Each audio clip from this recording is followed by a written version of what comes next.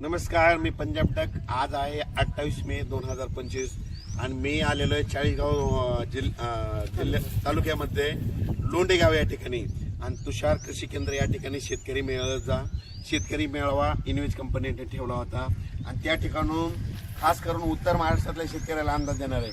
उत्तर महाराष्ट्रातल्या शेतकऱ्याला सांगू इच्छितो कारण की मी उत्तर महाराष्ट्रामध्ये म्हणून सांगतो की तुमच्या उत्तर महाराष्ट्रामध्ये आता म्हणजे आज 28, 29, 30 आणखी 3 दिवस पाऊस पडणार आहे.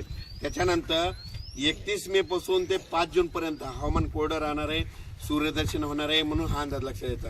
माझी तुम्हाला विनंती, तुम्ही काय करा, 31 मे ते 5 जून पर्यंत तुम्ही शेतीचे कामं आटपून घ्या, कापसाची लागवडी करायच्या करून घ्या.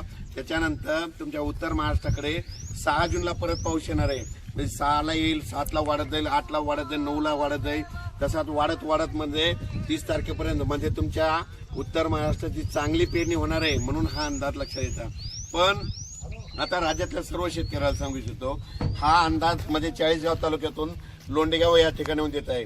तर या ठिकाणून राज्यातल्या शेतकऱ्याला सांगतो, तुम्ही काय करा, आणखीन आपल्या राज्यामध्ये महाराष्ट्रामध्ये पूर्व विदर्भ, पश्चिम विदर्भ, दक्षिण महाराष्ट्र, उत्तर महाराष्ट्र, कोकणपट्टी, खानदेश, मराठवाडा जवळपास 30 मे पर्यंत भाग बदलत दररोज पाऊस पडणार आहे. मुसळधार, कुठं वाहणे, कुठं रिमझिम.